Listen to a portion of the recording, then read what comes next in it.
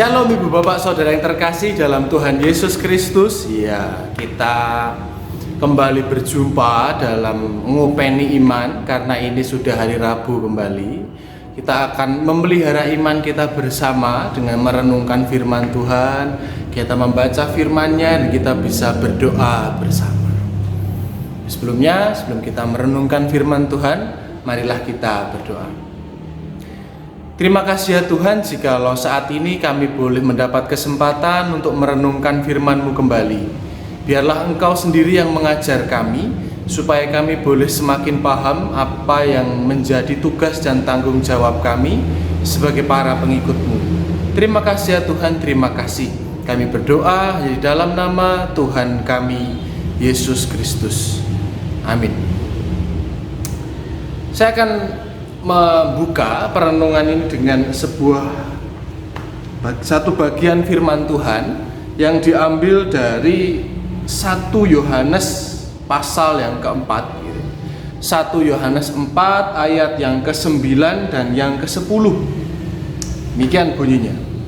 Dalam hal inilah kasih Allah dinyatakan di tengah-tengah kita, yaitu bahwa Allah telah mengutus anaknya yang tunggal ke dalam dunia supaya kita hidup olehnya.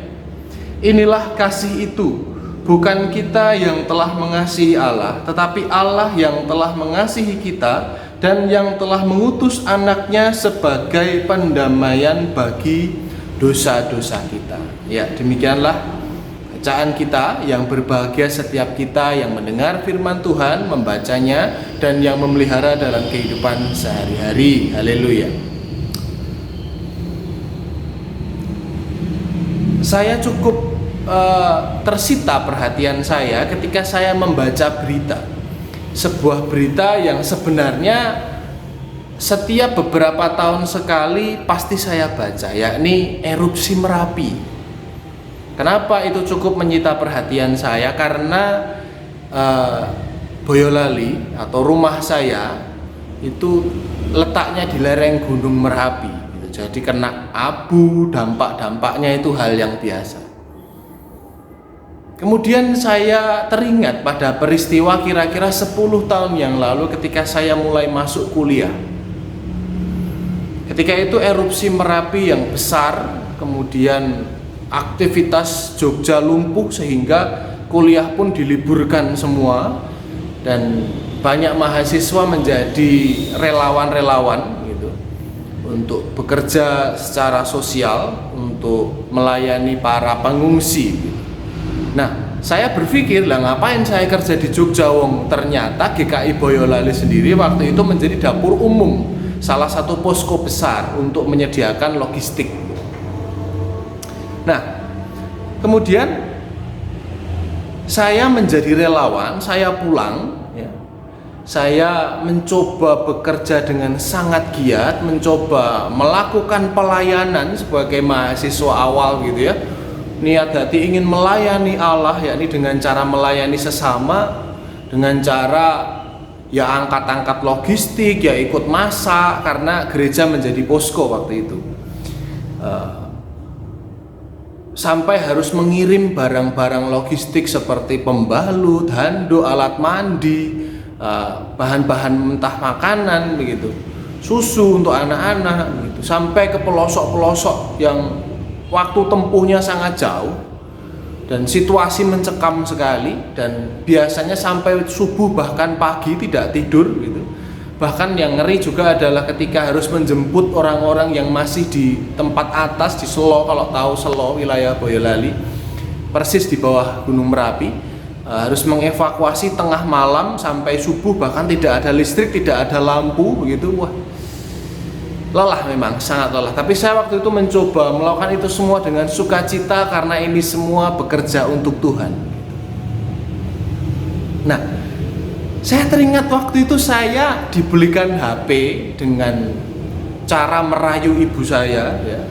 Berjanji kalau nanti dibelikan HP ini nanti kuliahnya akan serius gitu, akan giat belajar gitu. Saya ingat HP itu BlackBerry di pertengahan tahun 2010 gitu. Wah, HP yang menurut saya sangat bagus sekali gitu.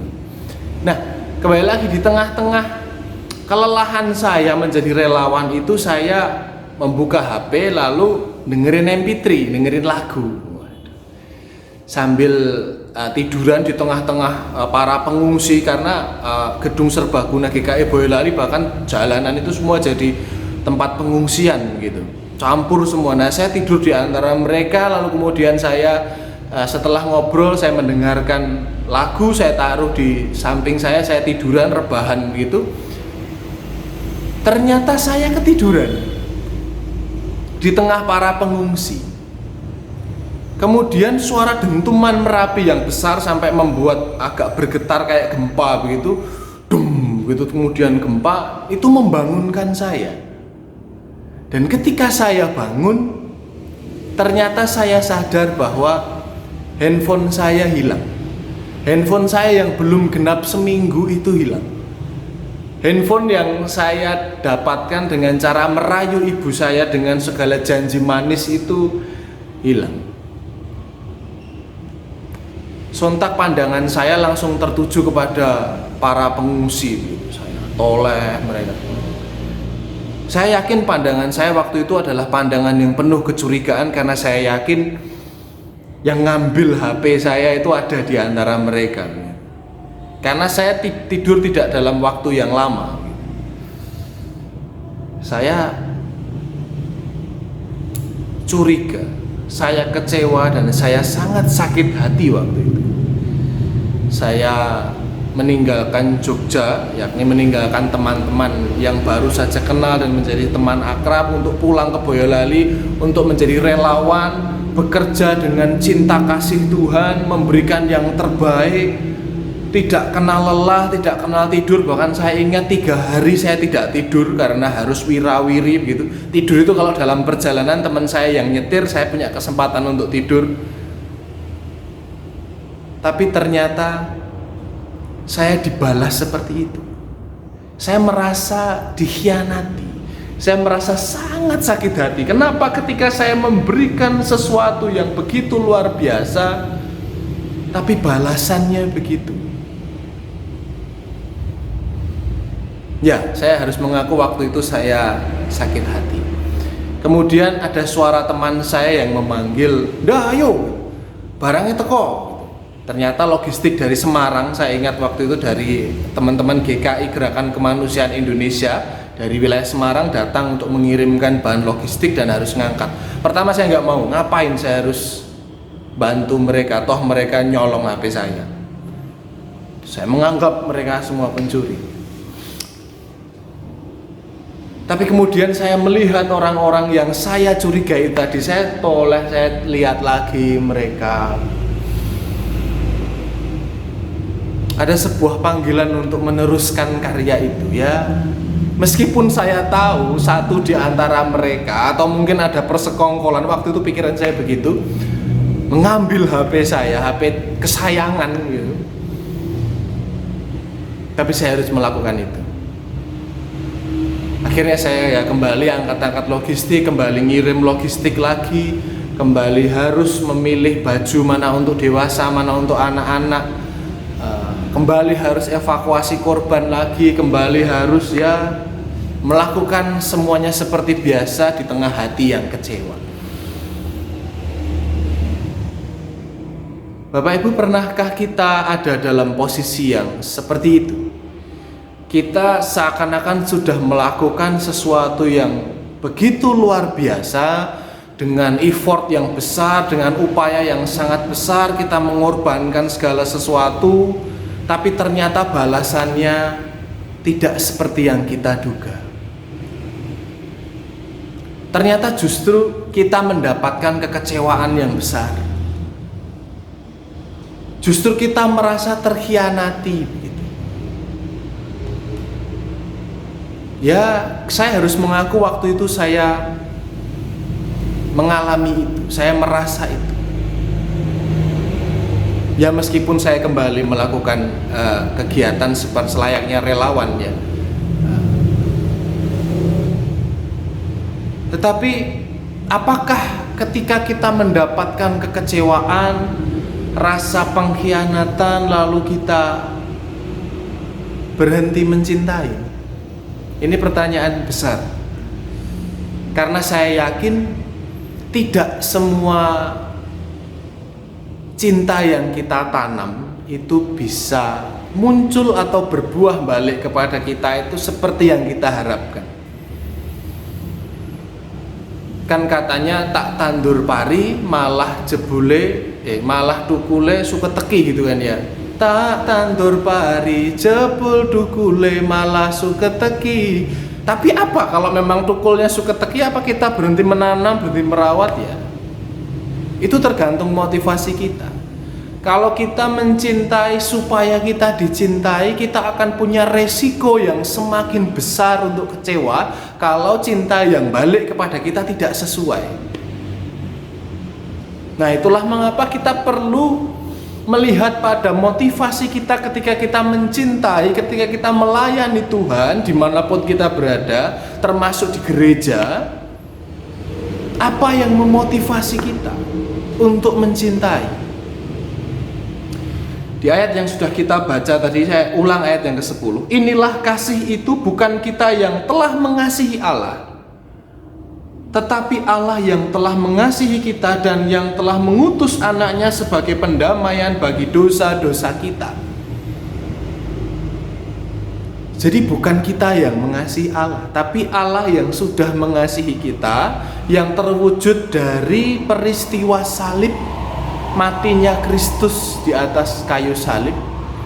Itulah yang seharusnya menjadi motivasi dasar kita, menjadi motivasi utama kita untuk mencintai. Bukan agar kita balik dicintai, enggak. Karena jujur saja, yang seringkali membuat kita kecewa atau cegek atau merasa sangat dikecewakan adalah ketika kita sudah memberi sesuatu lalu kita akan mendapatkan sesuatu. Paling tidak ya dihargailah apa yang sudah saya lakukan.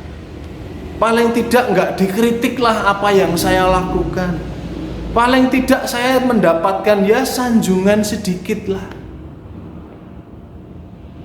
Justru dari motivasi itulah yang mengancam kita untuk mengalami kekecewaan yang besar, cegek, lalu nggak mau lagi mencintai, nggak mau lagi melayani. Jangan-jangan ada yang begitu ya. Kalau memang demikian, ada yang harus kita periksa kembali. Apa motivasi kita mencintai? Apa motivasi kita melakukan sesuatu?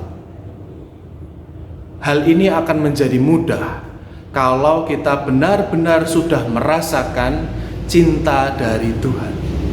Bahwa peristiwa salib, bahwa peristiwa penebusan dosa adalah bukti cinta yang tiada bandingnya di dunia ini. Kalau kita merasakan itu dengan sungguh-sungguh, kita tidak akan menuntut orang lain untuk mencintai kita, tapi kita menuntut diri kita sendiri untuk mencintai orang secara tulus dan murni, seperti halnya Kristus mencintai kita dengan tulus dan murni. Berarti indikator ketika kita kecewa karena mencinta, jangan-jangan kita masih berharap untuk balik dicintai. Akan tetapi marilah kita pada saat ini melihat dalam diri kita. Apa sih yang melatar belakangi cinta kita? Motivasi itu tergantung apakah kita merasakan cinta Tuhan Yesus atau tidak. Tapi Bunda Teresa yang benar-benar baik, sang biarawati itu pernah berkata, mungkin apa yang kamu lakukan, cinta yang kamu lakukan itu dilupakan orang, tapi teruslah mencintai. Mungkin ketika cintamu itu berbalas dengan kejahatan, tidak apa-apa, tetaplah mencintai. Selamat mencintai, selamat memeriksa ke dalam diri kita, motivasi apa yang kita berikan dalam cinta kita. Amin. Marilah kita berdoa. Ya Tuhan Yesus, kami mengucap syukur karena kembali Kau ajarkan kepada kami tentang cinta. Apa yang melatar belakangi kami sebagai umat-Mu yang Engkau ajak untuk mencintai. untuk mengasihi? Apakah untung dan rugi? Ataukah karena kami sudah merasakan betapa luar biasanya Engkau lebih dulu mencintai kami? Ajar ya Tuhan untuk merasakan cinta-Mu setiap hari, dalam hal-hal yang kecil, dalam hal-hal yang sederhana, dalam hal-hal yang mungkin selama ini kami anggap biasa saja. Terima kasih ya Tuhan, terima kasih untuk telah mengajar kami. Berkatilah kami dalam segala keterbatasan kami, masih dalam kondisi pandemi. Kiranya Engkau merahmati kami dengan cinta dan kasih-Mu. Terima kasih Tuhan, terima kasih. Di dalam nama Tuhan Yesus Kristus kami berdoa. Amin. Itulah ngopeni iman kita pada hari ini. Tetaplah terus mencinta, menjaga kesehatan satu dengan yang lain, karena Tuhan yang menjaga dan memelihara kita dengan kasih-Nya. Shalom.